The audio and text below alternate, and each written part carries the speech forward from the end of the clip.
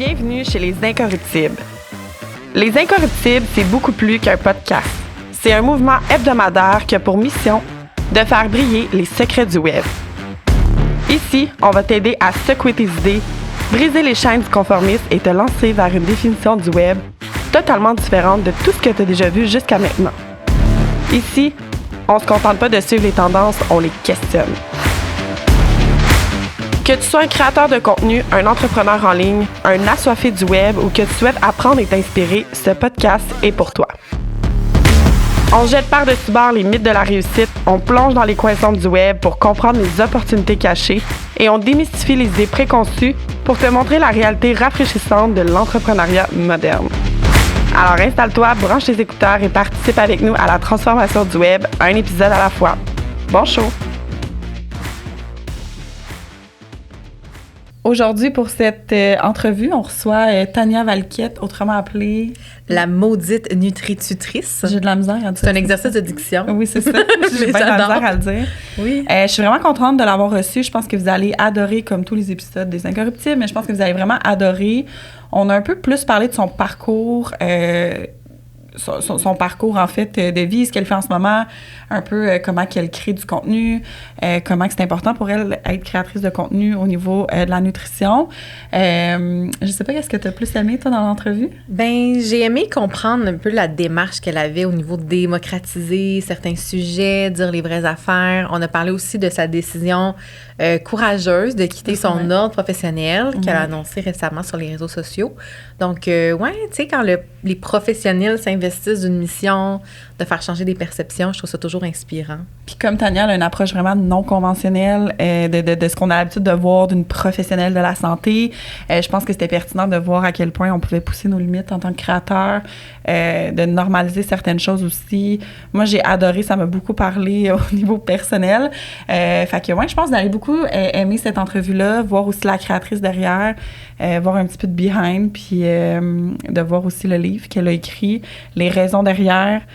Clairement, je vais aller me le procurer. Ouais. Après, je pense que ça va être pertinent. Cool. Donc, bon épisode, gang! Fait que bonjour les filles, bon matin. Il est presque midi, mais en tout cas, bon matin. Bon midi. Bon midi, oui, c'est ça.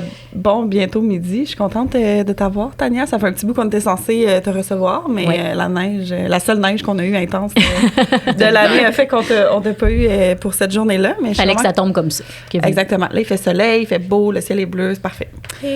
Je suis contente de te recevoir parce que, bon, la mission, un peu, la philosophie du podcast, c'est vraiment en lien avec, justement, les créateurs de contenu, les entrepreneurs aussi, qui ont peut-être une philosophie, une approche qui est différente ou qui nous touche beaucoup. Puis toi, ben, t'en as une. Une approche qui est, je dirais... c'est différente, oui. Ouais, différente, je dirais. Puis on te remarque beaucoup par ça, on te reconnaît beaucoup de cette façon-là. Puis je dirais même non conventionnelle. Ouais, j'ai envie de dire ça. Qu'est-ce qui a motivé un peu ton désir d'aller vers cette approche-là? Parce que tu es, là, je sais pas si je peux vous dire ça, mais tu es nutritionniste. Je suis maintenant bachelière en nutrition. OK. Parce que j'ai décidé de quitter l'ordre récemment. Ce qui m'a poussée vers ça, bien, c'est sûr, d'abord, c'est la désinformation qu'on voit passer sur les réseaux sociaux.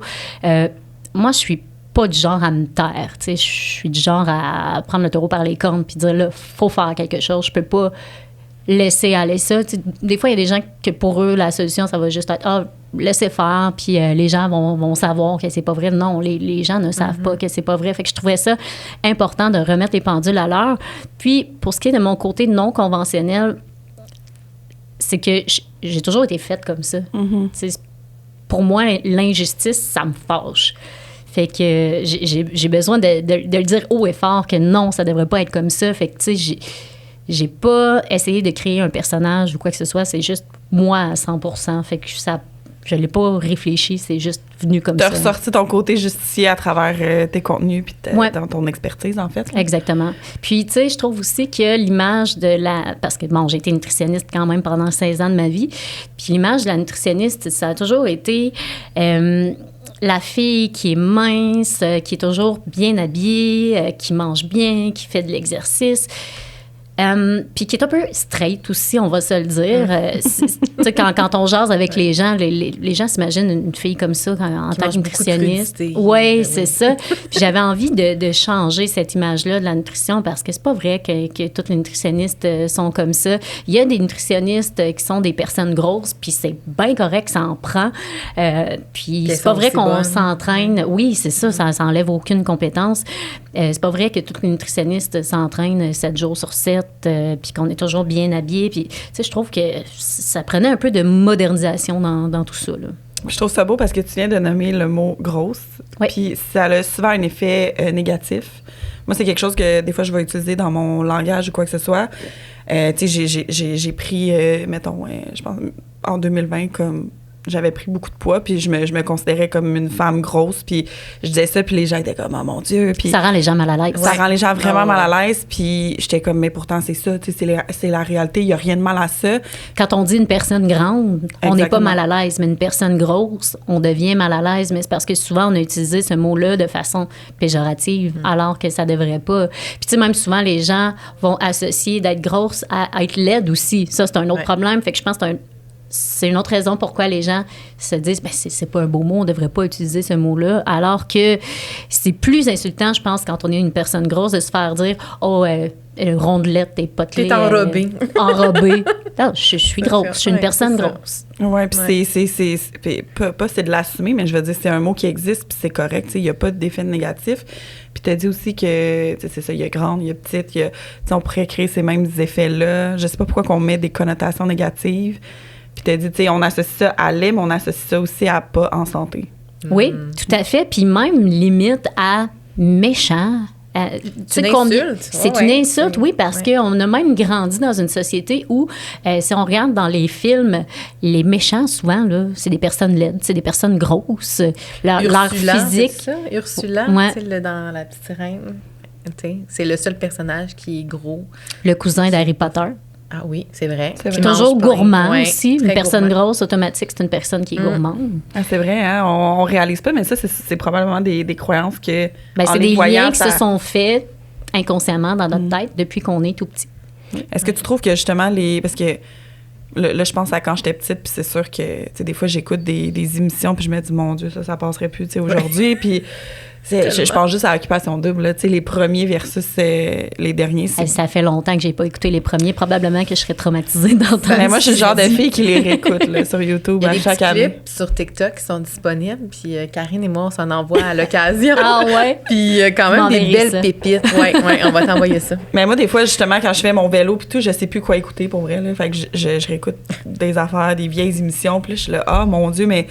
voir que ça passait à la télé, puis nous, on crave ça, là, on veut voir ça, puis aujourd'hui, on serait plus capable de regarder. Le meilleur exemple, c'est les films pour ados, les séries pour ados, mais les films que nous, on écoutait, c'était atroce, là, tu sais, j'ai vu, je pense qu'il y a une vidéo, justement, qui passait, il montrait comment ça se fait que notre génération, on est tant un petit peu brisé sur l'image corporelle, puis la relation avec la nourriture. Puis les croyances qu'on a peut-être aussi. Puis... Mais c'est comme, tu sais, dans les films, il y avait des extreme makeovers d'adolescentes. Automatiquement, elle devenait plus belle parce qu'elle perdait du poids, parce que ses cheveux devenaient lisses, parce qu'elle avait plus de lunettes. Puis il y avait 30 ans, puis elle jouait un personnage de 12 ans. Exact. Puis là, les gars s'intéressaient à cette fille-là quand elle avait soudainement changé. Fait qu'il y a plein de choses qu'on a induit dans notre cerveau. Comme ça, on devenait quelqu'un en étant plus mince.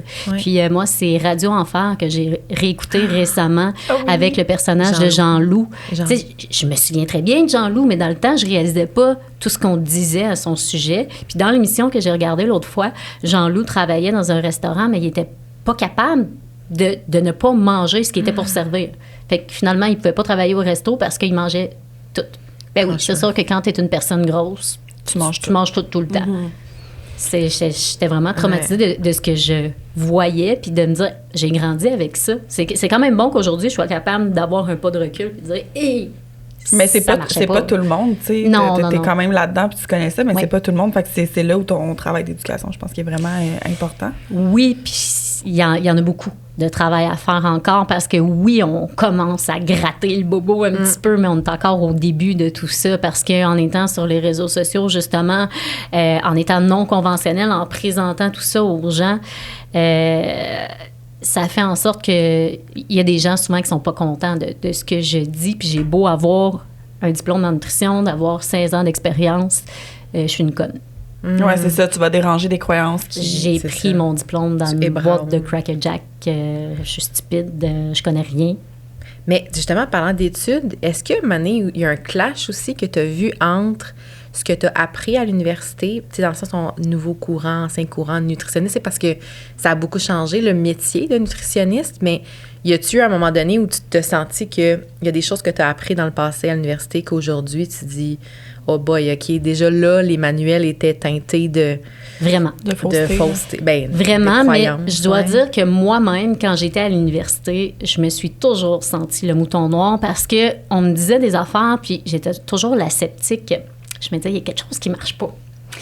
C'est bien beau dire, si tu veux perdre du poids, tu dois faire ci, tu dois faire ça, mais ça fonctionnait pas quand même. Puis quand j'ai commencé à faire de la consultation puis à appliquer ça, tu sais, ça fonctionnait un bout de temps, mais à un moment donné, les gens étaient démotivés, puis ils recommençaient à prendre du poids, puis moi, je prenais ça personnel, là, vraiment, là, je prenais ça sur mes épaules, puis je me disais, je suis tellement poche comme nutritionniste. Ah, mais ça doit être justement... c'est un challenge, là.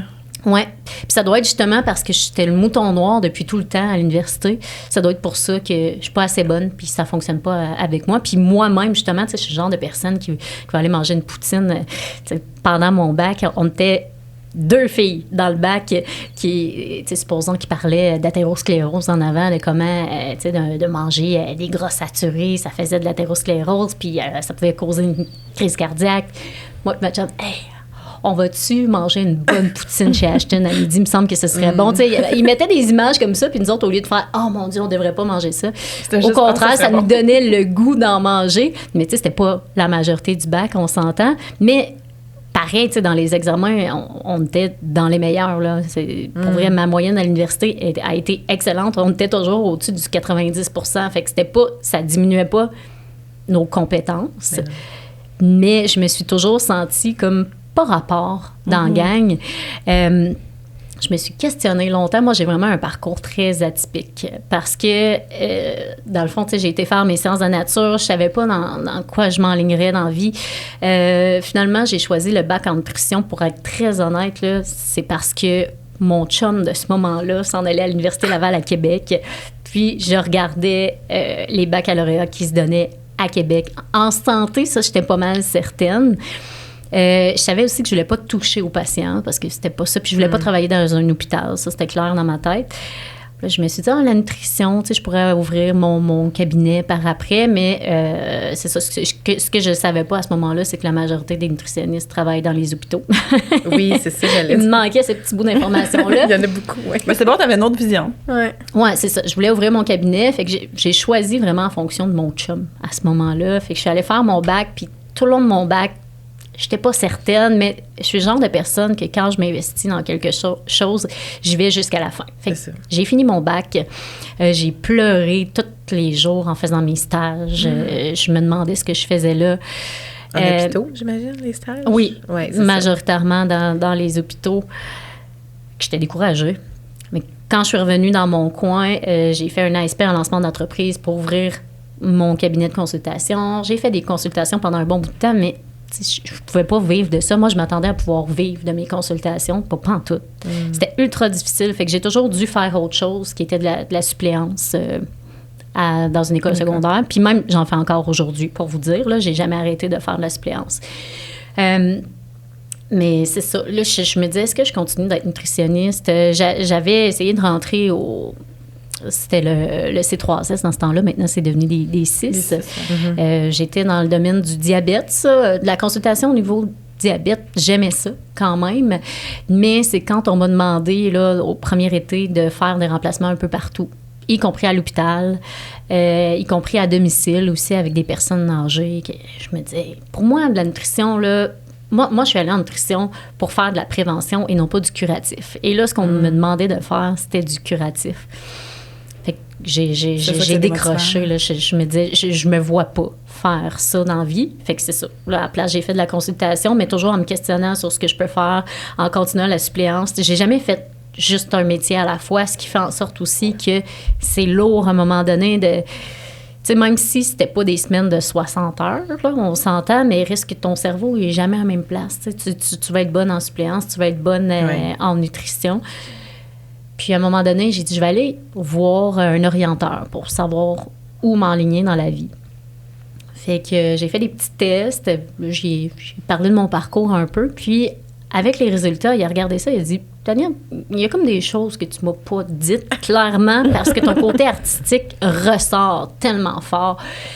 Fait que là, j'étais comme, ouais, ben, tu sais, quand j'étais jeune, ce que je voulais faire dans la vie, c'était d'être chanteuse. Puis ça a été ça vraiment longtemps. Puis, tu sais, j'ai toujours été des spectacles. Là. À chaque fois qu'il y avait des spectacles à l'école, c'est sûr que j'en faisais partie. Fait qu'il m'a dit, tu sais, ce côté-là, tu peux pas juste le repousser comme ça puis dire ça existe plus. Puis, tu sais, ça va toujours être là. C'est ça. Là, je me suis questionnée sur comment. Tu sais, je savais que je pouvais pas chanter. Là, j'ai pas le talent pour ça.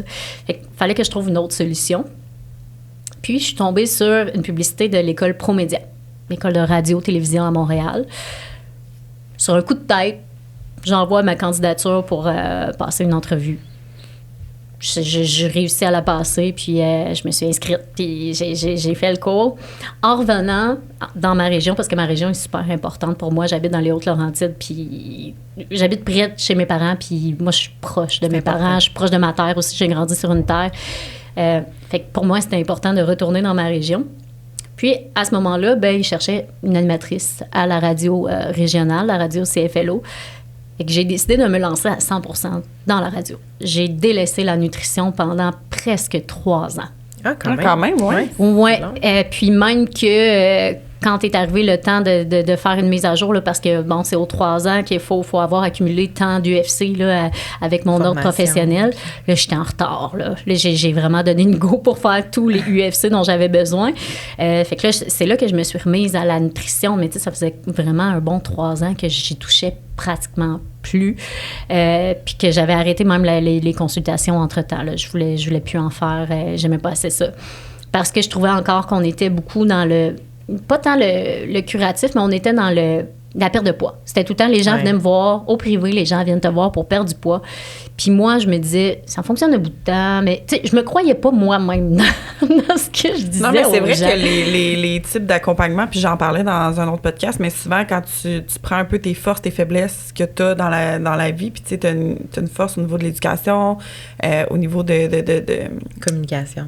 Oui, c'est ça, j'allais dire communication. Puis je trouve ça intéressant. Puis je pense que c'est mettre ça de l'avant versus je fais des consultations puis j'ai l'impression de faire de l'intervention en bout de ligne, tu sais. Puis ça devient lourd parce que là, tu le prends personnel parce que là, t'es comme, là, ça marche pas.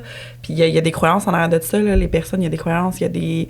Ça doit être répétitif aussi, peut-être? C'est répétitif, puis je trouve pas qu'on a tant de temps de faire de l'éducation plus qu'il faut. T'sais, on est beaucoup dans remplir de la paperasse puis faire l'évaluation alimentaire. Je trouve qu'on passe trop de temps là-dedans puis pas assez à du concret. T'sais, moi, j'ai envie de faire de l'éducation au public et non pas de faire de l'individuel. Fait que c'est ça. Mais quand j'ai recommencé mes formations pour arriver dans mes UFC, je suis tombée sur le livre Anti-diète de Christy Harrison. Et j'ai lu ça là, en quelques jours seulement. Je suis tombée en amour avec tout ce qu'elle disait. Puis là, c'est là qu'il y a eu un déclic que j'ai fait. OK, tout ce que j'ai toujours pensé, à chaque fois que je me disais, ça marche pas, je me crois pas moi-même. Ça rejoignait ta philosophie que tu avais. On dirait que là, soudainement, j'avais une réponse à ce que je croyais depuis des années. Puis là, il y avait des études pour le prouver. Ça m'a tellement rassurée, puis ça m'a réconciliée aussi avec la nutrition que j'étais complètement en train de délaisser à ce moment-là. Et étant donné que je faisais de l'animation, j'avais un animateur d'expérience avec qui je travaillais qui disait « Tania, pourquoi tu n'utilises pas tes connaissances en nutrition pour justement éduquer les gens, tu sais, avec maintenant YouTube, tout ça. Je suis comme, hey, c'est une bonne idée. Mais là, c'est de se dire, là, je pars de zéro au niveau technique. J'ai aucune idée de comment ça marche. Je connaissais pas ça du tout, là, tout ce qui est réseaux sociaux. Pas en tout. Oh, wow.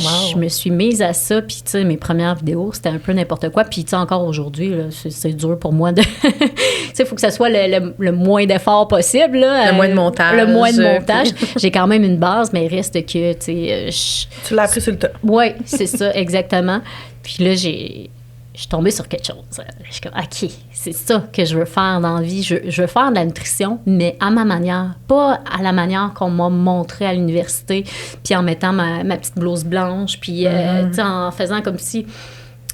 Pas qu'on est supérieur à l'autre, mais tu sais, je trouve que c'est ça, en mettant son petit blouson blanc, ça fait comme je suis la professionnelle et vous, tu sais, moi je le fameux look qu'on donne aux nutritionnistes. Ouais, il y a un lien d'autorité. Je voulais enlever cette barrière-là, puis montrer qu'on est des êtres humains, puis faire en sorte, tu sais, je vais donner un exemple d'une ancienne nutritionniste qui avait fait une entrevue dans la revue 7 jours. J'avais lu ça, puis ce qu'elle avait dit en entrevue, c'était qu'elle avait jamais bu de liqueur de sa vie, de boisson gazeuse. Puis c'était comme une fierté, elle se vantait de ça. Puis je me disais, à quel point c'est pertinent pour les gens d'entendre ça qu'une nutritionniste n'a jamais bu de liqueur de sa vie. Ça fait juste nous distancer encore plus de la population en général. Même si c'est vrai, je veux dire, elle avait juste pas besoin de le dire. C'est un choix pour elle, mais de le dire... C'est bien correct, là. Tu as le droit de pas aimer ça, tu as le droit de... Mais tu sais, de s'en faire une fierté, je trouvais ça malaisant. Ouais, c'est malsain aussi, là. Tu sais, tantôt, tu parlais de l'université puis des cours où pas la poutine était démonisée, mais tu sais, où les repas étaient analysés et tout ça. Est-ce que tu dirais que les nutritionnistes sont plus susceptibles de tomber peut-être dans l'orthorexie ou, tu sais, le micromanagement de ces menus, ces assiettes, parce que, tu sais, comme des fois, trop de connaissances tue la spontanéité de manger, peut-être? Ouais, puis ce qu'on avait appris aussi, c'est justement que les gens qui ont des troubles alimentaires, souvent, vont se diriger dans ce genre de domaine-là. Fait que déjà, en partant, si tu as de l'intérêt pour ça, ça se peut que, tu sais, je veux pas dire que c'est le cas de toutes les nutritionnistes, là, on s'entend. Mais qu'il y a des enjeux. Oui, ça se peut déjà que tu partes avec des problèmes à ce niveau-là. Fait qu'en faisant la formation, je pense qu'en même temps, ça peut aider à rééquilibrer les choses, mais c'est sûr que d'être tout le temps là-dedans, oui, ça peut aussi créer des problèmes. Mais je pense que plus que ça va avec ce que la science démontre, plus que je pense que c'est un atout d'avoir une formation en nutrition parce que ça nous ramène à, OK, bien s'alimenter, c'est un des facteurs qui va venir influencer notre santé, mais il y a tellement d'autres facteurs qui viennent influencer que, tu sais, on met toute notre énergie là-dessus, mais... Mais les gourous de la diète le disent, par exemple, tu sais, de la perte de poids, souvent, ils vont dire 70 alimentation, 30 entraînement. Ça met beaucoup de pression sur le volet alimentaire. Oui, mais ça aussi, c'est un autre point. Je me dis... C'est vrai. D'où vous avez pris ça? Moi, c'est 60-40 que j'entendais, mais ça sort d'où? Pourquoi le 60-40? Y a-t-il des études qui prouvent ça, que c'est du 60-40? Fait que moi, j'ai jamais cru à ça. Ouais. Puis, de toute façon, le poids, il y a une grande part que c'est de la génétique. Tu sais, tu es dans le ventre de ta mère, puis c'est déjà prédéterminé quel poids tu risques d'avoir rendu à l'âge adulte. Donc, pour moi, l'histoire du 60-40, ça n'a juste pas de bon sens. Mais il y a beaucoup de facteurs aussi, là, les hormones. Ah, ben oui. Il y a tellement de facteurs. Il y en a une centaine et au-dessus là, de facteurs. Mais je pense que c'est normal d'accompagner quelqu'un, puis je vais dire, en une rencontre ou quelques rencontres, de tout considérer ça. C'est un peu difficile, j'imagine. C'est extrêmement difficile. Puis souvent, les gens, quand ils viennent te voir en consultation, ils s'attendent à avoir un remède miracle. Puis on ne peut pas amener ça en nutrition. Puis souvent, les gens vont se décourager avant qu'on ait le temps de bâtir une relation de confiance, puis d'expliquer comme il faut qu'est-ce qu'il y a en arrière de tout ça. Puis encore plus, avec la nouvelle approche, tu sais, moi, je suis quand même contente de ne plus faire de consultation à ce niveau-là, mais j'ai l'impression que ça doit être difficile de faire comprendre aux gens qu'on ne perd pas du poids comme on veut. Tu sais, je me dis, moi, là, si les gens venaient me consulter pour dire, ben j'aimerais ça que tu m'aides à perdre du poids, je peux pas t'aider à perdre du poids. Je peux t'aider à développer une relation saine avec les aliments, avec ton corps, mais je peux pas t'aider à perdre du poids. Puis ça, c'est extrêmement... Tu sais, c'est pas vendeur. Non, c'est clair. Extrêmement difficile. Mais c'est triste parce que d'un autre côté, puis tu sais, moi, je m'inclus là-dedans, mais les gens vont beaucoup vers, justement, les recettes miracles, ou « Ah, nouvelle affaire, ouais, il y a ça. » Puis on espère tout le temps, ouais. puis on s'est fait dire depuis qu'on est tout petit qu'il y en existe une quelque part, parce qu'il y en a qui l'ont vécu, puis on se détruit un petit peu, ça a marché.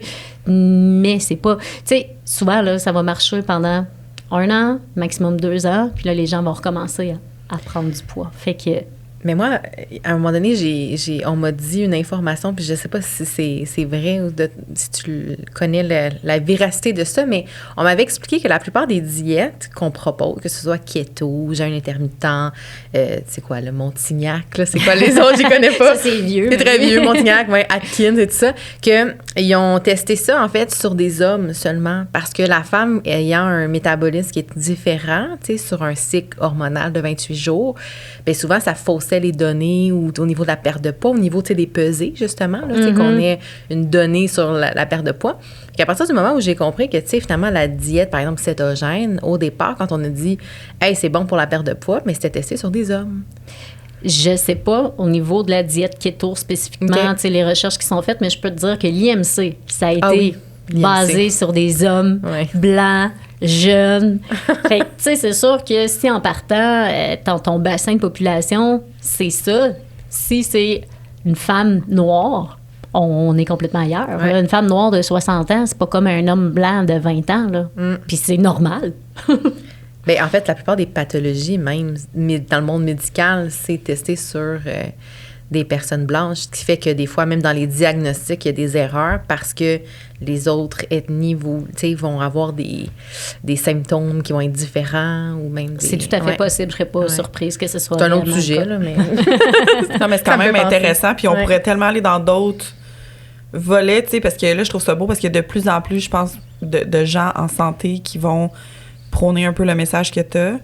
Mais il y a d'autres choses peut-être plus publiques. Tu sais, je pense aux écoles, les cours d'éducation physique qui n'ont pas nécessairement évolué puis qu'on trouve vraiment difficile. Puis tu sais, les pinces. Ouais. Moi, quand tu parles de traumatisme d'éducation physique, moi, c'est ça que je pense. Les pinces à gras de bras, là, puis... Pour les mesures anthropométriques. Puis, tu sais, les fameux tests, puis le poids, puis les objectifs, puis c'était vraiment comme ça dans les cours d'éducation physique, et c'est encore comme ça. Au primaire, secondaire, c'est plus supposé exister. Au cégep, ça fait encore partie du programme, malheureusement. Bon, dernière nouvelle, en tout cas, de ce que j'avais appris, parce qu'eux autres considèrent que c'est de faire développer des saines habitudes de vie que de peser les jeunes puis de mesurer leur pli cutané. Mais ça leur fait prendre conscience prendre conscience de quoi? Tu sais, même si tu as un pourcentage de gras qui est plus élevé, t'es probablement faite comme ça, là. Puis de toute façon, à part de nuire à l'image corporelle, puis de commencer à aller dans les restrictions qui va mener à des dérapages, je vois pas ce que ça peut apporter de positif. Ça a le même effet que d'être dernière choisie au ballon chasseur. Ouais, puis ça, j'ai connu ça. Ça te confronte. Et j'ai été longtemps à détester l'activité physique à cause de ça, d'ailleurs. Fait que... Parce que tu sais, pourquoi faire choisir quand tu peux juste toi choisir, puis mettre des personnes ensemble, puis OK, ça finit là. C'est ça, faire un tirage au sort. On dirait qu'on crée des stress pour rien. Autre temps, autre mœurs, j'imagine. J'ose espérer que c'est plus comme ça, mais c'était une bonne façon de faire détester l'activité physique. Tu sais, souvent, là, on va traiter les gens qui font pas de l'activité physique, on va les traiter de paresseux, mais on peut-tu se questionner à savoir pourquoi ils n'aiment pas l'activité physique? Il doit y avoir une raison, autre que la paresse, là. Peut-être que, justement, quand il était plus petit, il n'a pas vécu des situations positives en lien avec ça. Tu sais, je ne suis pas la spécialiste de l'activité physique, on s'entend, mais pour l'avoir vécu... Mais cherchons plus loin aussi. C'est ça. Tu sais, moi, le jour où j'ai découvert le ski alpin, le volleyball, j'étais comme, OK, il y a des sports qui sont le fun dans la vie. Là. Il n'y a pas juste le kickball puis le baseball. Mais au primaire, j'étais obligée dans les récréations de jouer au kickball puis au baseball, puis j'étais tellement poche. Je comprends. Que je me disais, c'est poche, le sport. Je ne veux pas faire ça. Tu te fais restreindre à ça, tu sais. Ouais, je comprends. Mais j'aime ça, c'est des belles philosophies à développer. Puis mon Dieu, parce que tu parles, tu dis, je veux éduquer, puis on a beaucoup de travail à faire. Mais je fais juste penser mettons, à la maternité ou l'accouchement. Depuis, je sais pas combien d'années les femmes accouchent, puis on est encore en train de découvrir des choses là-dessus. Mais juste la ménopause aussi, là. Tu sais, je parlais de ça avec des clientes, puis ma mère et tout ça. Tu sais, tout ce qu'on ne sait pas, parce la science s'est jamais intéressée aux problèmes de femmes. C'est tout nouveau, c'est récent. On découvre que, OK, il y a des traitements hormonaux qui peuvent fonctionner. Il se passe ça dans le corps de la femme, dans le cerveau, tu sais, TDAH et tout ça. Ça devient pire à la ménopause. Fait que... Merci de me... je m'excuse de t'annoncer ça. Dans 45 ans, 40, ça va être difficile. Non, mais c'est ça. Fait qu'on commence déjà à savoir certaines choses. Puis justement, tantôt, tu parlais de ton désir d'éduquer, de communiquer. C'est-tu arrivé avec TikTok? Parce que, dans le fond, je sais que toi, tu l'as découvert pendant la pandémie sur TikTok, mais est-ce que tu as commencé avec ça ou tu étais déjà dans J'ai l'éducation? commencé avec YouTube. OK. Pour les médias sociaux, là, Ouais. ça a été YouTube. Puis, mais tu sais, ça pognait pas vraiment. Là. C'était difficile de se faire des abonnés. Ça a vraiment débouché avec TikTok, avec la pandémie. J'ai eu plein d'abonnés en quelques semaines seulement. Mais c'est parce qu'on avait tellement de temps, nous, mettons, en tant que consommateurs, puis probablement toi en tant que créatrice. C'est ça. Exactement. J'avais le temps de créer du contenu. Puis ma première vidéo a fait 100 000 vues dans le temps de le dire. Puis c'était super banal. C'était juste comme... j'ai le truc pour vous pour arrêter votre envie de manger des chips. Là, déjà, les gens, comment on fait pour arrêter de manger des chips? Là, je sors mon sac de chips. C'est d'en manger. C'est juste ça, là. Puis, j'ai eu 100 000 vues dans le temps de le dire. J'ai comme, wow, j'adore TikTok. Mais ça résume bien le ton que tu as. Tu sais, pour, mettons, les gens qui écoutent puis qui n'ont pas vu une vidéo passer de toi, ça résume très bien le ton de tes vidéos. Oui, c'est ça. C'était ma première, puis je pense que ça me représentait bien. Tu sais. Souvent, les gens, là, justement, vont diaboliser des aliments alors que la satisfaction, c'est tellement important. Puis, tu sais, c'est ça. Comment faire pour ne plus avoir envie de... c'est d'en manger, puis de normaliser. Puis c'est sûr que c'est difficile au début, tu sais, parce que moi, souvent, ce que les gens me répondent à ça, c'est, moi, là, si tu me laisses manger des chips, là, je vais en manger sans arrêt, là. Je vais vider 15 sacs en une semaine. Je suis comme, vide 15 sacs en une semaine. C'est ça, la solution, là. À un moment donné, c'est comme n'importe quoi. On finit par se tanner, tu sais. C'est bon, des chips, mais quand c'est juste ça qu'on mange, tu sais, on fait juste penser à quand on part en voyage, puis la première journée qu'on est devant le buffet, là, tout a l'air donc bon. Mais à la fin de la semaine, on est dessus, on regarde le buffet, c'est comme, j'ai mangé ça hier. C'est ça, mais au début, c'était super alléchant. Là, ça l'est beaucoup moins parce que t'en es revenu.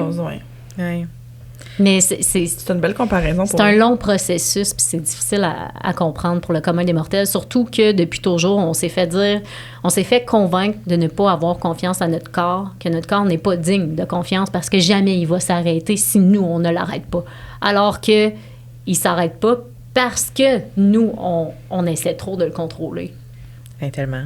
Le contrôle, un peu comme les émotions. Oui. Tu sais, quand les gens disent qu'il faut que j'apprenne à contrôler mes émotions, t'es comme non, tu peux pas contrôler. C'est exactement. Oui, assume-les, puis comprends-les. C'est la même chose en nutrition. Qu'est-ce qui se passe en dedans de toi? Oui. Tu sais, même si tu me dis, moi, de la crème glacée, non, mais il faut pas que j'aime ça. Ça, c'est bon. Mais c'est normal. Ton corps adore les sensations que ça lui fait vivre. Fait que déjà, si t'es capable de dire, hey, ça me fait vivre ça, la crème glacée. Puis ça me rappelle aussi quand j'étais petite, puis que j'allais à la crème glacée avec ma grand-mère, puis que... Il y a des émotions autour de ça, c'est ça. Oui, parce que manger, c'est aussi vivre en société. Tu sais, il y a tellement de liens qui sont faits autour de la table. C'est important aussi de comprendre ça, puis de l'assumer, puis de se dire, mais c'est bien correct. Pourquoi que j'essaierais de mettre ça de côté, de faire comme si ça n'existait pas? Ça existe, c'est là, puis vivons avec. J'ai une question un peu rude, je vais dire ça comme ça, là, mais tu sais, parce que tu dis, puis moi j'adore que tu sois là, puis que tu fasses ce que tu fais en ce moment, mais je vais dire, de se battre un peu, je vais le nommer comme ça, contre comme des industries, là, je pense, tu sais, au MLM ou des choses comme ça qui prônent des choses. Toi, tu te bats contre ça, tu trouves pas ça comme difficile ou un peu une mission perdue? Perdue, non, parce que s'il y a juste une dizaine de personnes qui m'écoutent, puis pour qui ça change la vie, ça va en avoir valu la peine. Mais oui, c'est lourd. Puis oui, j'ai des périodes plus creuses. Puis tu sais, d'ailleurs, dans les derniers mois, je suis beaucoup moins présente sur mes réseaux sociaux. Aussi du fait que je ne vis pas de la nutrition présentement. Tu sais, oui, j'ai un certain revenu, mais mon revenu, je vais surtout le chercher en tant qu'animatrice puis en tant que suppléante. Mais de la nutrition, c'est pas ça qui me fait vivre. Fait que ça rend les choses difficiles. Tu sais, le jour où je vais pouvoir en vivre, ça va en valoir encore plus la peine, tu sais, parce qu'on a beau dire, je le fais pour les gens, je le fais par conviction, mais à un moment donné, il faut aussi, tu sais, c'est que j'y mets tellement de temps, tellement d'énergie qu'il me semble que ce serait normal que je puisse aussi vivre de ça, parce que j'ai beau avoir l'âme charitable, là, mais il y a comme une limite à un moment donné. Puis ça c'est aussi une espèce de non-dit sur les réseaux sociaux, puis surtout quand on est professionnel de la santé. Comme faire de l'argent, c'est mal vu. On ne devrait pas faire de l'argent en tant que professionnel de la santé. Alors que, il me semble qu'avec tout le temps que je donne, l'énergie que j'y mets... Les connaissances, les compétences. Oui, ce serait juste normal d'avoir un certain revenu de ça, il me semble. Ben oui, assurément. Puis justement, tu as écrit un livre. Oui. Tu peux t'en parler un petit peu plus? Ça a été vraiment spécial. Tu sais, c'est le genre de choses que tu as toujours en tête, mais tu te dis, ça n'arrivera jamais. Puis c'est pas moi qui a écrit un livre, qui a envoyé mon livre à des éditions, puis qui a espéré qu'il y ait quelqu'un qui le trouve bon. Ça s'est pas passé comme ça, pas en tout. C'est durant la pandémie, encore une fois. J'ai reçu un courriel de Marc-André Audet, qui est, dans le fond, le propriétaire des éditions Les Malins, qui me dit hey, « J'aimerais ça jaser avec toi. » OK. Là, je me méfiais beaucoup de tout ça. Puis finalement, on a eu une rencontre Zoom, puis il m'a dit « Écoute, on a regardé tes vidéos, on a lu ton blog, puis on est tombé en amour avec toi. » Tu sais, on fait surtout dans les livres d'enfants, mais environ une fois par année, on se concentre sur des livres pour adultes. Tu sais, il y a eu Maudites hormones, justement, qui est sorti sous Les Malins. Le Pharmacien aussi, c'est Les Malins qui le publie. Puis, tu sais, je suis un peu dans le genre du pharmacien, si on veut. Ouais, c'est ça. OK. On dit, ça te tente d'écrire un livre? C'est quand même c'est une blague, là. Il y a quelqu'un qui m'a dit, il y a une caméra là. Mais c'est ça le désir que tu avais un jour d'écrire un livre? Ben oui, parce que, tu sais, j'aime écrire. Mais j'aime écrire dans n'importe quoi. Déjà, tu sais, j'écrivais des textes. J'ai écrit pour... Vibe Essence, par exemple. J'ai écrit quelques articles. J'ai écrit dans des journaux. C'était quoi aussi? Le Cahier. J'ai fait quelques articles pour Le Cahier, mais qui n'étaient pas en lien avec la nutrition. Ah, OK.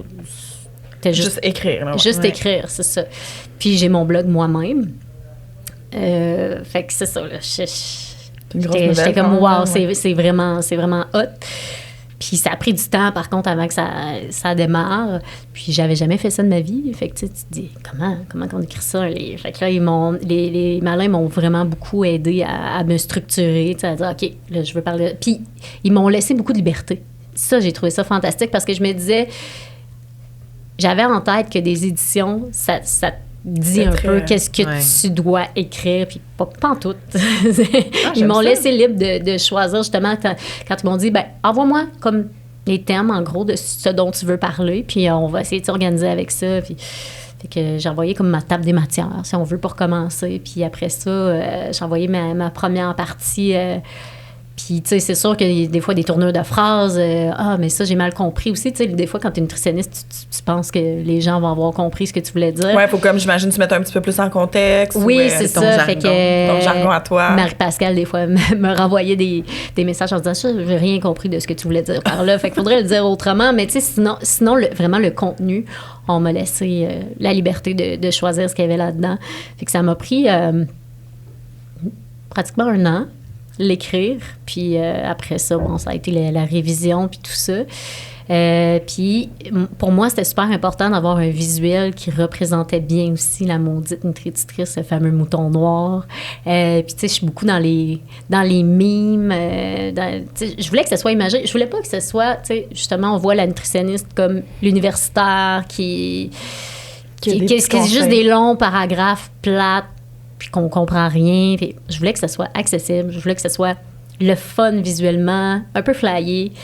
Puis, ta personnalité à 100% là-dedans. Là. Oui, exactement. Puis je pense que ça a été une réussite pour ça, mais ça a fait en sorte que ça a été super long. Une fois que ça a été fini d'être écrit, après, pour le visuel, ça a pris vraiment beaucoup de temps.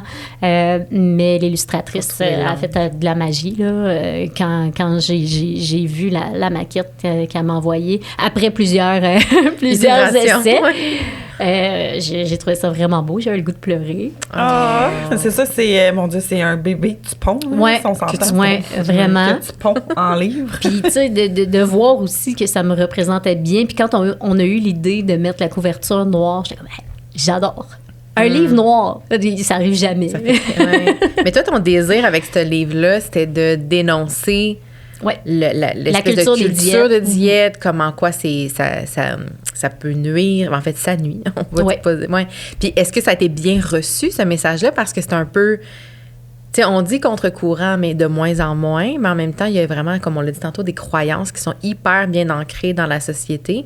Comment ça a été reçu, ce livre-là? Bien, tu sais, je pense que les gens qui se sont procurés mon livre, c'est des gens qui avaient déjà de l'intérêt pour l'approche anti-diète. Fait que c'est sûr que j'ai juste reçu des fleurs en lien avec ça. Jusqu'à présent, il n'y a personne qui m'a dit que ça valait pas de la chenoute mon livre puis qui n'avait pas aimé ça. Il y en a beaucoup qui m'ont dit que c'était très confrontant pour elles parce que, tu sais, si tu lis ça, t'es comme, aïe, j'aurais jamais pensé que, oui. T'es-tu fait challenger sur tes idées, beaucoup, ou non? Non, ça a bien été. Je pense que c'est plus les gens eux-mêmes qui sont challengés par aïe. Ça rentre dedans, ça met la réalité en pleine face. Oui, parce qu'on est confronté à des croyances qu'on a. Puis, tu sais, même si on veut pas, puis qu'on a ce désir-là d'être anti-diète, puis comme je disais tantôt, je m'inclus là-dedans. Des fois, il y a des choses comme t'es juste curieuse d'aller voir de quoi qu'ils parlent, c'est quoi cette chose-là que tu peux faire. Peut-être que ça va être différent cette fois-là. Ou, fait que d'être confronté. Le marketing est très fort. Avec les diètes, avec l'alimentation. Tellement. Tu sais, je veux dire, je vois des fois des réflexions avec des membres de ma famille. J'ai acheté ça parce que c'était 100 calories la collation. Je suis comme, OK. Est-ce que c'est satisfaisant? Est-ce que c'est bon? Est-ce qu'après ça, tu vas en avoir assez ou tu vas avoir faim pour autre chose? Les fameux intitulés, là, tu sais, sans gras trans. Ouais. OK, fine, il n'y a pas de gras trans, mais regarde la liste des ingrédients, tu sais, comme t'en veux pas plus. De toute façon, les gras trans sont interdits au Canada depuis 2019, je pense. C'était-tu grâce à... peu importe. Tu sais, des fois, il y a des gros claims sur des aliments où tu te dis, OK, sans gluten. Ben oui, c'est de l'eau. Tu comprends? Oui, c'est ça. Ça fait aucun sens. Non, mais de toute façon, on s'entend que le gluten, ça, c'est une parenthèse justement que j'ai dans mon livre. Ça a tellement été diabolisé. Alors que le gluten, t'en manges pas juste si t'as la maladie cœliaque diagnostiquée en plus. Sinon, il n'y a aucun intérêt à ne pas consommer de gluten. Là. C'est pas nocif pour personne. Mais tu sais, c'est des choses comme ça que je voulais dénoncer dans mon livre. Puis oui, il y a une part de dénonciation, mais il y a aussi une part de solution. À la fin de mon livre, je voulais aussi qu'il y ait un aspect positif parce qu'on a beau dire OK, je suis la maudite nutritrice, je dénonce des choses, mais à un moment donné, il faut aussi qu'il y ait des solutions quelque part. Puis il faut aussi qu'il y ait... Des pistes de réflexion, j'imagine, au bout de ça. Là. Exactement. Fait qu'il y a aussi cet aspect-là dans mon livre. Et il y a une part d'image corporelle aussi que je trouvais ça important d'incorporer dans mon livre, qui est peut-être, moi, mon domaine. Ça fait partie de mon domaine aussi, mais je veux dire, je suis pas psychologue. Là. Non, mais c'est quand même une super importante parce que, tu sais, souvent, tu disais, les gens venaient te voir pour la perte de poids ou c'est vraiment quelque chose de très ancré. Donc, c'est sûr que ça part, tu sais, comme je disais tantôt, ça part de quelque chose de plus loin souvent, tu sais, des croyances, Fait que même si tu perds ce poids-là, tu sais, qu'est-ce que ça va changer, mettons? Bien, souvent, sur le coup, les gens vont être contents. Mais à un moment donné, c'est comme n'importe quoi. On s'habitue encore une fois à ce poids-là, puis là, on va trouver d'autres problèmes. Puis ça, c'est un autre, tu sais, dans mes objectifs en tant que maudite nutritrice. Oui, il y a l'aspect alimentation, poids, mais il y a aussi l'aspect de tout ce qu'on fait pour être belle, beau aux yeux des autres personnes, mais qui est pas cohérent avec nos valeurs puis notre mode de vie. On se fait mal pour plaire à des gens dont on se fout en réalité, là. Tu sais, c'est comme... On prend pas assez le temps de prendre conscience, justement, Ouais. Puis, c'est ça. Moi, c'est aussi l'idée de toujours vouloir plaire aux autres. Mais toi, qu'est-ce que t'aimes dans la vie? Qu'est-ce qui est important pour toi? Même pour le sport, tu sais. Si t'es cool, tu cours. Ouais. OK, mais si t'aimes pas ça, la course, qu'est-ce que tu peux faire d'autre? C'est que j'aille courir. Je déteste courir. J'aime ça pour moi. J'ai tellement essayé, en plus, là, c'est un bel exemple que tu dis. J'ai tellement essayé, j'étais comme, je trouvais ça beau, des gens qui couraient. J'étais comme, ça a l'air le fun, ça a l'air apaisant. Je l'ai pas dans une mentalité de poids, là, mais j'étais comme, ça a l'air le fun. Puis finalement, je fais juste marcher, puis je suis bien. Tu sais. Le courir, j'haïs ça. Je déteste ça. Puis marcher, c'est tellement une bonne activité physique, puis il n'y a pas de dommage aux genoux. Puis c'est très underrated, la marche. En même temps, il y a aussi l'aspect diminution du stress. Tu sais, moi, là, quand je vais faire mon petit tour de lac chez moi, là, je me chronomètre pas avec ma Fitbit là, pour savoir en combien de temps je l'ai fait, combien de kilomètres. Je m'en fous. Je regarde les petits oiseaux, je regarde les chevreuils, je suis avec mon chien, je fais des stories pour montrer ça au monde parce que je suis donc fière de mon chez nous puis je trouve ça beau. Il y a rien de mieux pour ma santé mentale que quand je vais faire mon fameux tour de lac. Mais, tu sais, je sais que dans la culture des diètes, on me dirait « Ouais, mais ça t'a pris une demi-heure le faire alors que ça devrait te prendre 15 minutes, mettons. » Ouais, mais puis, c'est une compétition. Moi, c'est ça que j'aime faire. Ouais. Fait que, tu sais, c'est ça. Faut pas juste regarder comme en termes de résultats de calories, puis t'es-tu moins essoufflé, puis je dis pas que c'est pas important, les calories, je m'en fous, mais l'essoufflement, je pense que ça peut être d'avoir un bon facteur, oui. D'être moins essoufflé, ça peut être bon, mais reste que je pense qu'il y a autre chose à...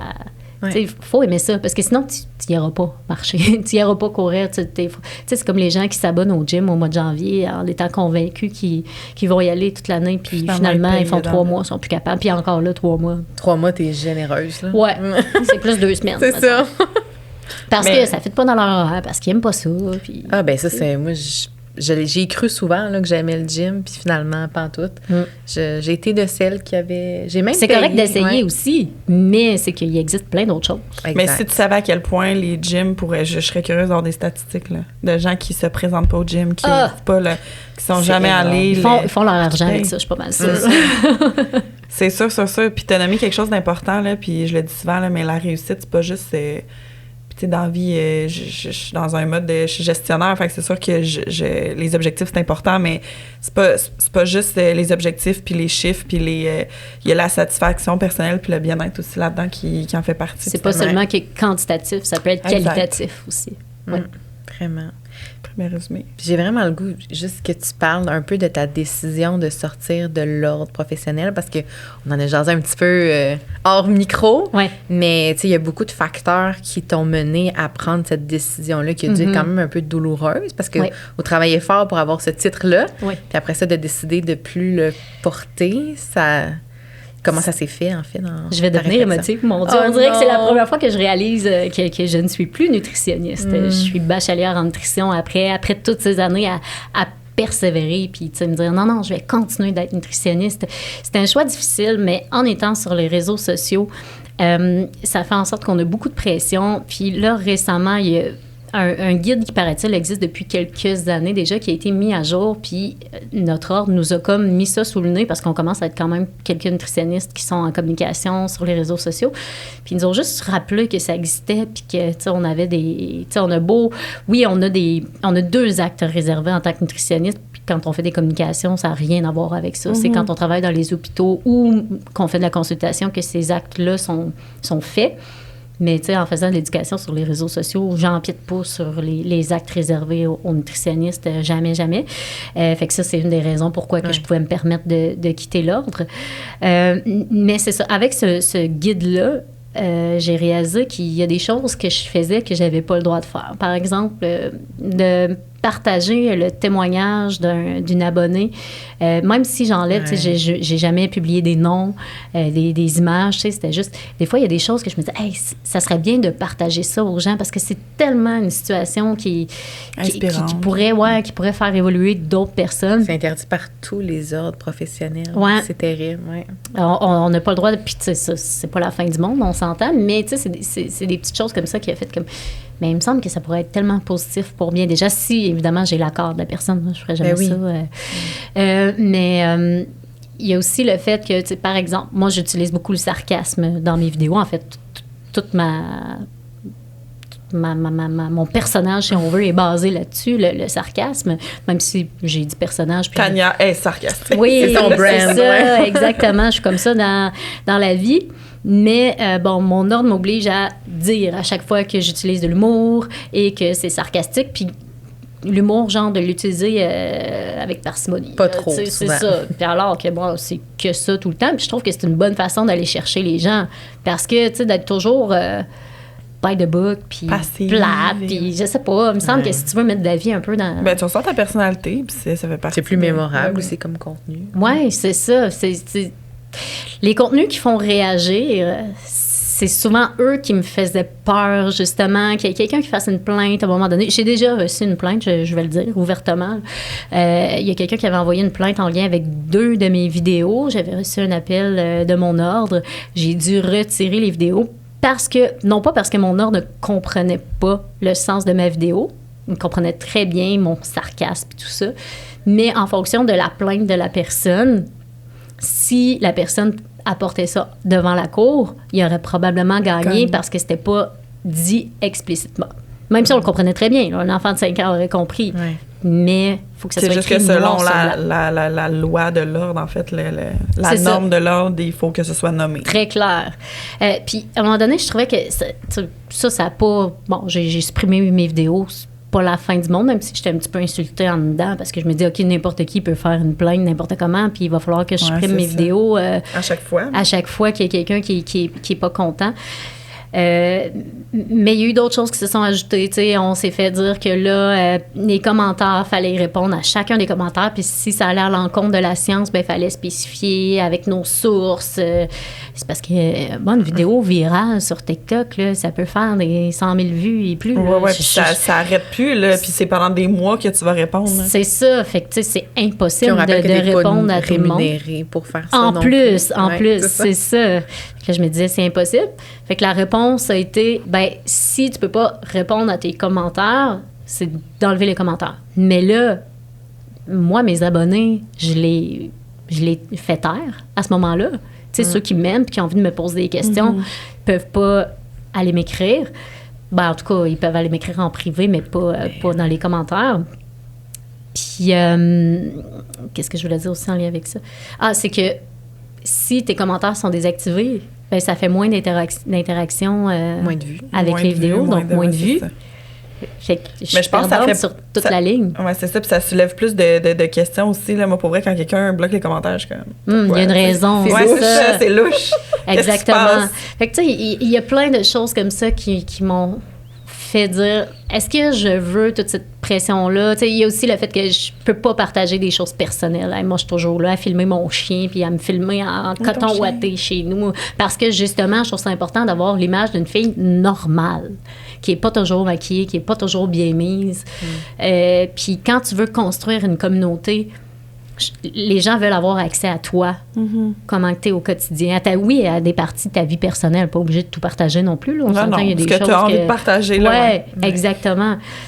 Fait que, étant donné que je n'avais pas à faire des actes réservés, j'ai pris la décision de quitter mon ordre professionnel, un peu à contre-cœur, mais je pense que je vais me sentir plus libre de faire des stories, des vidéos comme je veux les faire, parce que là, c'était rendu que je marchais sur des œufs tout le temps. Là. Je faisais une vidéo, puis là, je réfléchissais à... Je peux-tu faire ça? Ouais, c'est ça. Là, comment ça va être vu? Qui peut se plaindre de quoi en lien avec ça? Puis...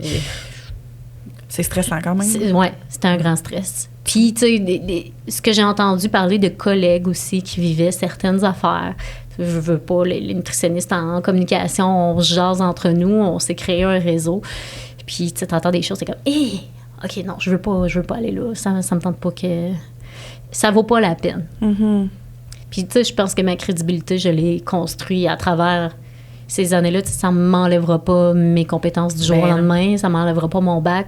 Toute la formation continue que j'ai faite pendant toutes ces années-là. Puis, je vais continuer d'en faire aussi. Là, on s'entend que je suis tellement une fille soucieuse dans la vie que c'est sûr que je vais continuer à faire de la formation continue puis me concentrer vraiment plus dans mon domaine aussi. Tu sais, là, je n'aurais pas besoin de faire de la formation continue, par exemple, sur le diabète parce que, bon, j'aurais plus affaire à ça de toute façon. Tu sais. Je vais me concentrer sur l'approche anti-diète, l'image corporelle. Pour toi, ouais, exactement. C'est ça. Mais en fait, tu as plus à gagner qu'à perdre. Ben, c'est ce que je me dis. Même si ça fait mal à l'intérieur. Oui, puis que je sais que je vais perdre certaines abonnés. Avec raison, je comprends, parce que depuis le début, je suis la première à dire c'est important de faire partie d'un autre professionnel, c'est important que ce soit des nutritionnistes qui parlent de nutrition. Et en là, fait, du jour au lendemain... Je pense que tu le restes, là. Je veux dire, tu as les mêmes études, tu as les mêmes contraintes. Mais je reste bachelière en nutrition quand même. Il n'y a personne qui peut m'enlever mon diplôme, là.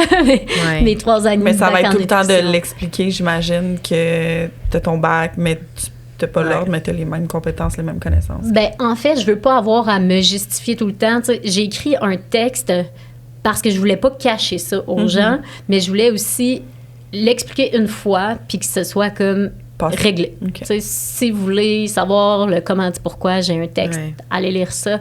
Mais je veux pas toujours avoir à me sentir pas correct de ne plus être toujours nutritionniste. Légitime quand même. Je pense que oui. Puis ceux qui pensent que non, ben ils ont toujours l'option de se désabonner puis suivre d'autres nutritionnistes, tout simplement. Oui, je pensais plus dans un terme, tu sais, des fois, je je sais pas, tu vas justement, mettons, nous qui te reçoit ou quelqu'un d'autre vont dire, elle est nutritionniste, ben là, tu peux comme plus utiliser ça. Fait qu'il va tout le temps falloir que tu les reprennes. Oui, pour ça, oui. Ouais. Ça, je peux comprendre. Là, mais je veux dire, pour mes abonnés, ben, tu as toujours le choix de... Mais ce qui est dommage là-dedans, je trouve, c'est que, tu sais, ça coupe le micro à des gens qui ont les compétences pour parler de nutrition. Puis je trouve que ça ouvre la porte à des gens qui n'ont pas les compétences, qui n'ont pas les connaissances de la légitimité, qui donnent des conseils santé, on en voit, là, tu sais, sur les réseaux sociaux. Puis ça donne, je sais pas, je trouve que il y a sûrement un travail à faire au niveau de l'ordre, à se demander de quelle façon on protège mieux le public. Parce que moi, j'en vois passer des choses que je me dis, OK, tu sais, ces gens-là, ils n'ont pas à rendre de compte à personne. Ouais.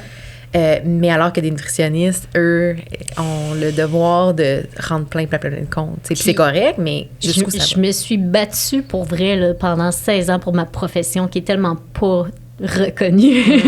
J'ai essayé d'expliquer pendant toutes ces années-là c'était quoi le nutritionniste puis comment c'était important. Puis on dirait que rendu à ce stade-là, je me suis dit, mais je pense que je vais arrêter de me battre pour mon titre puis je vais me concentrer sur le contenu, justement, parce que ça, là, je vais laisser le travail à l'ordre de faire la promotion de la profession. Puis moi, plutôt que de faire la promotion de la profession puis de comment c'est important que ce soit des nutritionnistes qui fassent les messages en nutrition, ben je vais partager le message, puis les gens, ils le prendront ou ils le prendront pas, mais je veux plus me battre pour prouver que c'est moi qu'on devrait écouter. Ouais.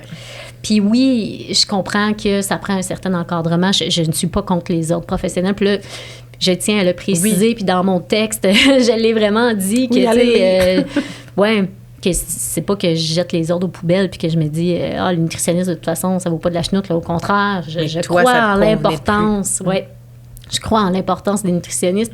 Puis je voudrais pas être dans les culottes des personnes à l'ordre qui ont à gérer cette situation-là parce qu'elle est où la limite? Oui. C'est difficile de la ligne est toujours mince. Oui, exactement. Fait que je comprends, mais j'avais plus envie de. C'est plus ça. Ouais. Mais je pense que c'est compréhensible. Puis je pense que tes objectifs ont évolué, ce que tu avais envie d'apporter. Puis justement, comment tu vois ça avec cette décision-là, le futur de toi? Est-ce que tu te considères comme créatrice de contenu à 100%? Non, parce que justement, je fais de l'animation radio, je fais encore de la suppléance, fait que j'ai pas beaucoup de temps pour la création de contenu. J'ai l'intention de me remettre à mon blog aussi, surtout parce que je l'ai mis de côté. Après avoir écrit un livre, on dirait qu'on veut comme pas se répéter. Non, ouais. Fait que j'ai été un bon bout de temps sans écrire beaucoup. Fait que j'aimerais ça me remettre à mon blog, puis j'aimerais ça avoir d'autres projets du genre, ça fait longtemps que je pense à faire de la merch, de la marchandise, avec des petites phrases punch, là, de la nutritrice, mais chose qu'avant, j'avais pas pu faire avec mon ordre professionnel. J'ai mangé de la bûche, je vais pas aller courir demain. Ouais, j'adore ça. Je te soumets l'idée. Quelque chose comme ça, tu sais, que ce soit un T-shirt, que ce soit un sac d'épicerie, genre ce qui est dans mon sac d'épicerie, ça me regarde, tu sais, quelque chose comme ça. Fait que ça, c'est un projet aussi que j'aimerais ça. Puis sinon, ben peut-être éventuellement un podcast aussi, le mien, à moi. Je vous inviterai. Ben oui, 100%, ce serait tellement le fun en plus, parce que je pense qu'il en manque en nutrition aussi. Oui, c'est vrai. C'est vrai. Il y en a, oui. Mais je suis pas capable de te les nommer comme ça. C'est ça. Le tien, on serait capable de le nommer. Mais ouais, j'aimerais ça, étant donné qu'en plus je fais de l'animation dans la vie, je pense que ça, tu sais, de joindre les passions. Ouais. Puis je vais souhaiter que les gens me suivent quand même, embarquent avec moi, puis comprennent ma décision. Puis tu sais, je pense qu'il y a... Honnêtement, je pense qu'il y a bien des gens qui comprennent pas tant que ça encore. C'est quoi la différence entre un nutritionniste, un coach, un naturopathe? Tu sais, la formation en nutrition est encadrée, est appuyée par la science. Tandis que les coachs et les naturopathes, je veux pas dire que tout ce qu'ils font, c'est de la chenoute, on s'entend, mais c'est juste pas des formations qui sont encadrées. Fait qu'il y en a qui peuvent être bonnes, mais il y en a qui sont moins bonnes aussi. Puis il y a plein de formations différentes aussi. Je pense que c'est pas encadré, fait que c'est ça. C'est souvent selon une philosophie, selon une approche, selon... Puis tu sais, c'est la même chose en coaching, marketing. Moi, j'étais en travail social dans une autre vie. C'est la même chose avec les thérapeutes, les coachs, les psys. C'est comme... C'est mêlant pour la population. Puis je comprends que ce soit mêlant. Mais c'est ça. Fait que je me dis, pour une fois, peut-être que ça va m'avantager, moi, que les gens soient un peu mêlés là-dedans. Puis j'ose espérer que c'est ça, qu'ils vont avoir quand même confiance en moi. Mais je trouve ça, je veux dire, là, je veux le nommer là, en finissant, là, mais je trouve ça vraiment cool parce que t'as comme normalisé quelque chose où on en parlait dernièrement de la viralité. Oui. C'est le même qu'on dit ça, ouais. Qu'à quel point les gens aspirent à être viral, à avoir des vidéos virales, puis que dans leur tête, c'est un peu comme le poids, ça va tout changer. Ouais. Ils vont faire plein d'argent, tout le monde va les reconnaître. Puis je trouve ça cool parce que t'es quelqu'un qui a beaucoup d'abonnés, t'es quelqu'un qui est reconnu. Puis, tu le nommes, là, je fais de la suppléance. Je ne vis pas de la nutrition, mais c'est quelque chose qui est important. Puis je trouve ça beau parce que, en tout cas, moi, ça me rassure, là, ça me valide en ce moment. Parce que je vis ça un peu où j'ai cette impression-là que tout le monde qui est entrepreneur ou qui est viral ou qui est super populaire, tu sais, réussit. Puis, mais je pense que c'est ce que les gens essaient de montrer aussi, tu sais, parce que les réseaux sociaux, c'est un peu ça, là. Oui. Les gens essaient de flasher que, regarde, moi, je reçois des produits puis je fais de l'argent, puis, mais c'est pas la réalité tout le temps. Oui, il y en a, là. Peut-être que la solution serait que je fasse occupation double. Oui! Mais ça n'arrivera pas. Ben, c'est les auditions en ce moment, si jamais. Ouais, non, tu vois, tu sais, côté valeur, ça, on dirait que ça vient moins me chercher. J'ai pas envie de montrer cet aspect-là de ma vie. Tu sais, j'aime partager des aspects de ma vie quotidienne, mais ça fait partie de ma vie privée. C'est quelque chose que j'ai pas envie de partager avec les gens. Il y a un côté que tu contrôles pas, là. Dans le sens que si tu vas là-bas, il y a un côté que tu contrôles pas, fait que peut-être que ce que tu as envie de partager, exactement, ça sera pas du tout ça. Là. Puis on veut pas ça, évidemment. Mais je trouve Survivor aussi. Dans une autre. Ça aussi, j'écoute ça. Je me verrais pas là-dedans. Hey boy.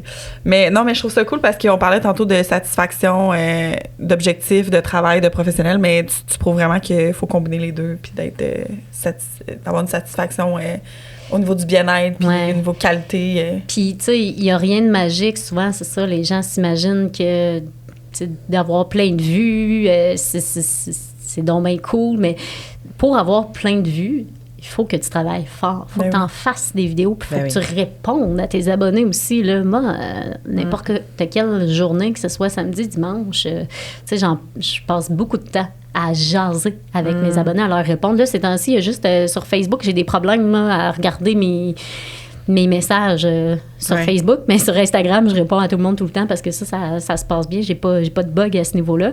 Mais tu sais, je réponds à mes abonnés, puis c'est ça. Ça demande un investissement en temps. Puis ça, je suis pas payée durant ce temps-là. Puis souvent, tu sais, je pense aux jeunes quand je vais faire la suppléance. C'est la fille qui est TikTok famous et elle fait full d'argent. C'est ça, elle est populaire. Et là, c'est ça, c'est une croyance, hein? Ouais, genre que c'est facile, là, qu'une vidéo, ça prend 5 secondes à faire. Puis après d'autres chez ici en ce moment, là, c'est pas parce que je fais full d'argent. c'est pas ça la réalité. Ouais. Mais les jeunes, ils doivent, je sais pas, je suis curieuse, là, ils doivent faire comme, oh my God. C'est la madame de TikTok. C'est la madame de TikTok. Ouais, puis tu sais, j'aurais plus pensé en étant dans une radio de petite région, tu sais, qui me reconnaîtrait en tant qu'animatrice de la radio, mais non, je suis la TikTok famous. C'est vraiment on va t'appeler le même à ce temps-là. TikTok famous, voilà. Ouais. Hey, mais j'ai adoré cette conversation-là, mais je finis toujours avec une question avant de partir. La question qui tue. Ça prend une petite musique. Tu la poses-tu? De quoi? La question, je peux la poser, mais oui. Vas-y. Pourquoi te dis-tu incorruptible? Pour quelle raison es-tu incorruptible? Une chose, mais s'il y a une chose à laquelle tu dirais, incorruptible dans la vie. Que ce soit personnel. Ouais. Je pense que c'est parce que je dis ce que je crois être vrai plutôt que ce qui plaît aux gens. Puis ça, c'est depuis tout le temps, là. C'est pas juste en nutrition. C'est depuis toujours. J'ai pas besoin de plaire aux gens nécessairement. Je trouve ça important de dire ce qui est vrai plutôt que de dire ce qui va plaire à tout le monde. Ouais. Je pense que ça serait d'accepter de déplaire, de déranger, parce que ton propos est plus important. Oui. Mais quand tu as une montée de lait, justement, là, moi, je suis un peu émotive, mais quand tu as une montée de lait de même, là, comme ça, puis que tu as le goût de partager, est-ce que tu fais un petit peu des recherches ou... Ah, ben oui, c'est sûr comme, que... non, je me pitch... On peut pas faire ça. Non, je me tirerais dans le pied. Il faut vraiment que ce soit appuyé. Mais... Moi, je suis le genre qui le fait, puis je suis comme, ah ouais, j'avais pas vu ça. Ben, je te dis pas que je fais pas de faux pas, là. On s'entend. Il y a des fois que j'ai publié des affaires affaires, puis qu'après ça, je fais comme, ah ouais, c'est vrai que ça, ce petit Il y a des nuances, là, ouais, puis ouais. c'est ça, puis j'aurais pas pensé que les gens auraient vu ça de cette façon-là, mettons. Fait que ça m'arrive tout à fait. Mais je pense qu'avec le temps, c'est ce que j'ai appris beaucoup à prendre un petit pas de recul. Tu sais, avant, j'étais bien... Je répondais tout de suite, puis j'étais bien fâchée facilement. Aujourd'hui, je suis plus capable de réfléchir, respirer, puis essayer de trouver une réponse intelligente à partager. Ouais. Je suis curieuse, puis ça n'a vraiment pas rapport. Mais c'est quoi ton signe astrologique? Gémeaux. Vous êtes des sœurs Gémeaux. Pour vrai? Hey, pour vrai, là, tout le long de l'entrevue, je suis comme... Ah ouais? J'ai l'impression que j'étais... Si. Je sais même pas de quel âge. Je dis ça comme si... J'étais... On a-tu le droit de dire ton âge? Ben oui, j'ai 38 ans. OK, fait que t'es un petit peu plus vieille que moi, puis je suis comme... On dirait que c'est moi, comme... Un petit peu plus tard. J'aimerais ça, mettons, mais comme... Tout le parcours que tu dis, là, ça m'a full parlé, fait que, ouais, Ben, merci. tant mieux. Tu vois, moi, J'apprécie. j'ai toujours pensé... À chaque fois que je parle de mon parcours, je me trouve toujours un peu poche, tu sais. Je me toujours sens comme trouvé si que- tu venais de me faire une heure de psy, là. Je vais te Ben, payer à mieux. Wow! C'est génial! Fait que ce sera 120 piastres. Mais merci beaucoup. Ça fait J'apprécie plaisir. vraiment que tu te sois déplacée. J'ai vraiment apprécié. J'attache mes bottes en même temps. Tu viens de loin en plus. Ben, apprécie. je me suis dit, je vais vivre l'expérience. Puis, Oui. Merci. Merci. plaisir.